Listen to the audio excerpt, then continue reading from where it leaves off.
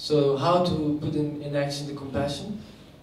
The same way we take joy in ourselves. Oh, I want to buy new clothes, I want to buy a new Macintosh, I want to buy a new car, I want to eat chocolate, I want to eat good food, I want to sleep in a comfy bed, I want to have a beautiful partner. You know, all these things that we think that will make us happy, that will bring us temporary joy. That kind of mental concept. Instead of putting it to ourselves, we should start putting it to others. That's step number one. How to do that, right? So first of all, stop feeling so sorry for ourselves. I think it's important. And start feeling more sorry for other people. You know, like, because we tend to judge a lot, for example. We judge so much. Wow. I mean, I think as humans, we kind of maybe even enjoy judging. I think. I think it's possible. Yeah. We like to gossip. You know, judge, oh look, this person said this, or this person said that, or they did this, oh my god, what do you think, blah blah blah. Like, okay, listen. Best example, Trump. Trump is like such a good gossip, right? Everybody likes to criticize. But what about compassion? Does anybody have compassion for Trump? Sorry? For his wife, she said. What? I have compassion for his wife. Oh, for his wife.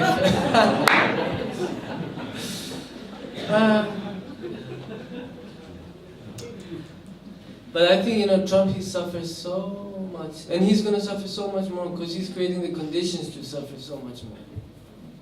But do we think about that? No. We only tend to judge.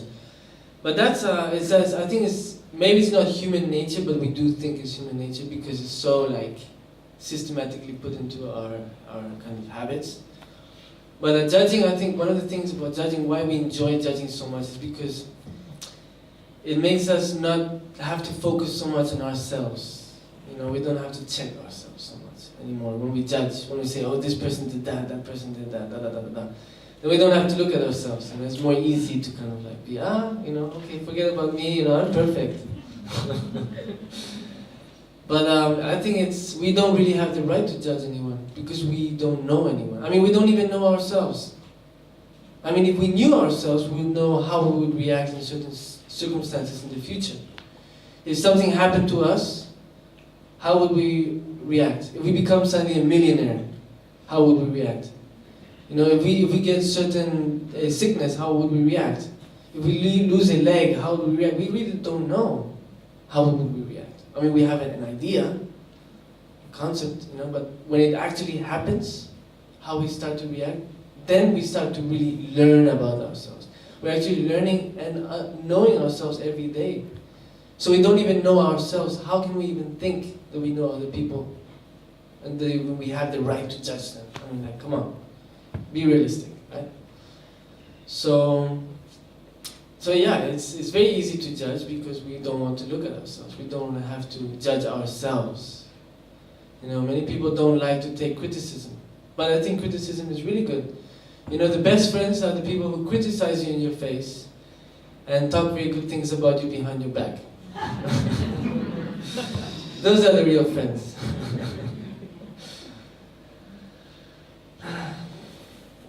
And that's what we should do. You know, we should really be good friends, starting from to ourselves and to other people. You know, we should start criticizing ourselves more. You know, not in the bad way, not in like, oh, you know, like being heavy with ourselves and regretting and all this. No, it's more about like just moving on. You know, like saying, okay, I did this wrong. Okay, I have to think about it. I have to recognize it and use the mistake in order to not repeat it. In order to improve, to learn, to move on, to become a better human being. I mean, that's the whole purpose, right? What's the purpose in life? To learn, to improve. You know, to help. You know, for us, our purpose many times is to be happy. I mean, that is kind of a way, but how do we reach happiness? You know, it's a little bit like the concept of the donkey going after the carrot, right? You know, the stick on the carrot and the donkey going afterwards all the time, and we never reach there. So maybe instead of searching for happiness, maybe we can start searching for non-unhappiness. Maybe that's easier. Maybe we start to be not unhappy. We create the conditions to maybe start to be actually happy. how to be not unhappy is to maybe to start to focus on other people, to try to, have compassion for them. Try to not judge them so much, try to talk good things about them. To try to maybe value more positiveness than negativeness. It tends to happen a lot when we turn on the news. It's more interesting to see bad things than good things, sometimes. In society, that's how it is. The good things, they're not so viral, but the bad things sometimes are more viral. Not so much, but sometimes it is. If you have, let's say, a football game, a rugby game, a golf game, a basketball game, all these different sports going on, and everybody's watching the sports, and then suddenly a fight breaks out. Everybody's going to want to watch the fight.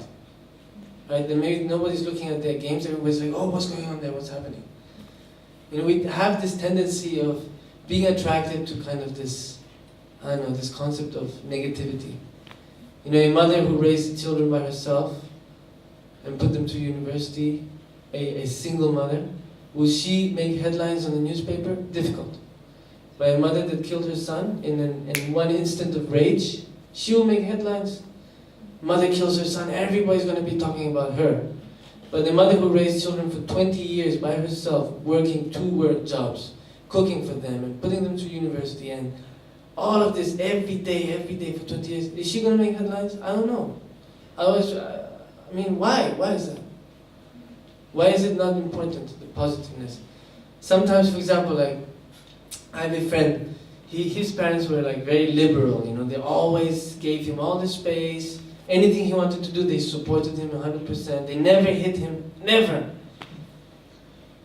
But his mother slapped him one time. And he remembers that clear, so clear. And he even speaks about it still. Oh yeah, I still remember when my mother slapped me. It's like, come on, man. Why is that so important? It just happened in 1 second, one time.